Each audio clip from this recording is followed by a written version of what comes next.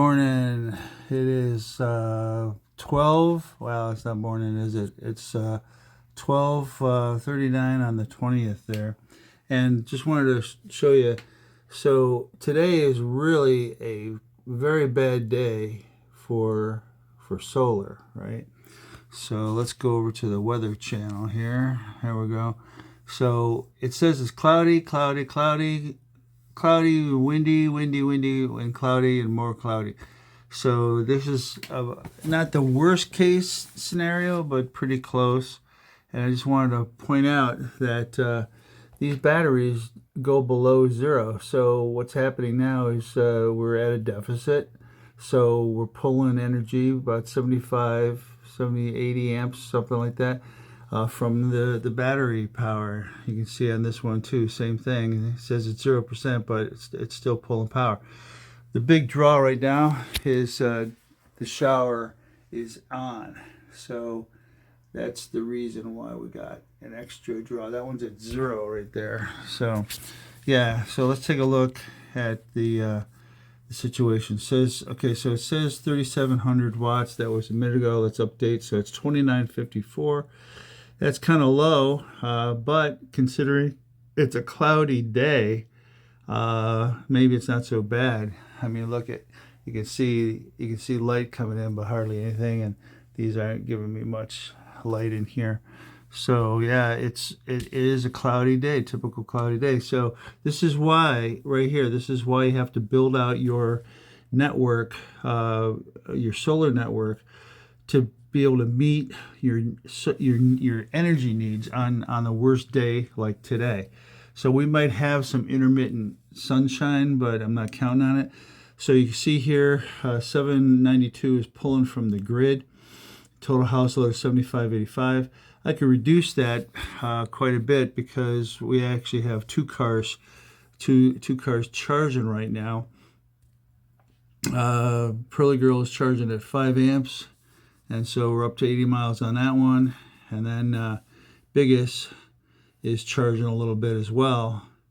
So, and he's up to 115 miles or so. So yeah, so that right there, that's about 2,500 watts, give or take. So if I shut those down, that would mean that we would be drawing less from the grid, and of course we would have less energy in the vehicle. So I'm gonna go ahead and do that right now. It's real simple to do. You just, from the app, you just hit stop charging, and then you're good. I just wanted to show a notice here of one thing. On the Pearly Girl, that one, the battery is a lithium iron phosphate battery. And on that one, the recommendation is charge it up to 100% at least once a week, and you can run it down as low as you think you can get away with, right? And then charge back up. With Biggest is a long range chemical mix in the battery, so it has the more traditional older school battery pack in it still. So this one they recommend charge to 80%. So we do that unless we're going on a big road trip. But it turns out from many different studies that have been done, including the recent Recurrent study, there is no degradation of the battery in a Tesla that's appreciable if you're supercharging a lot with it and you're running your battery up to near 100%.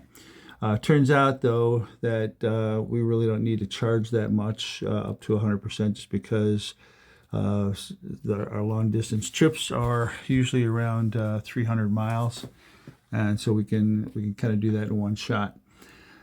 Anyway, so I shut those down, and you can immediately see the effect on the batteries. They're putting out less.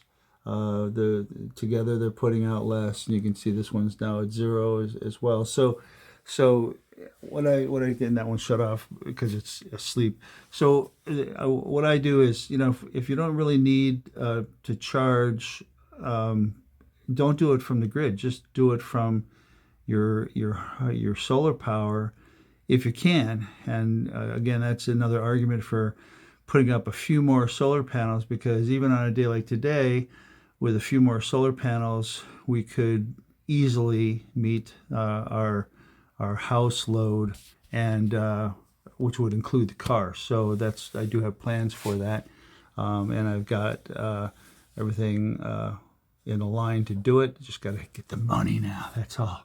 So, all right, one more check here. See how we're doing. 29:54. See, this updates every 5 minutes. Unfortunately, it's not actually in real time, but pretty close. I don't know what the delay is on that either. Seems kind of weird. Seems weird. Well, I'm going to be able to update on this video. So, as always, comment on what you're seeing here. You got any questions, and this and that. I hope that, oh yeah, last point that I was trying to make. So we were completely off grid, so that means handled down. We're grid disconnected for 3 days here, and today is the 20th. Sorry about this spin. And so that's a good thing. You know, they say that you're supposed to, you know, meet all your load needs with more than you need solar. In other words, scale to your worst day, not your best day, and be prepared to overproduce. You know, that's the better scenario. And then with the battery, they say you should have at least 3 days to a week worth of storage. So we actually do have pretty close to that right now. And of course, if you included the cars in that, if you could export power from the Model 3 Tesla like you could with the Cybertruck, that would be something, right? So let's hope for the best. All right, peace.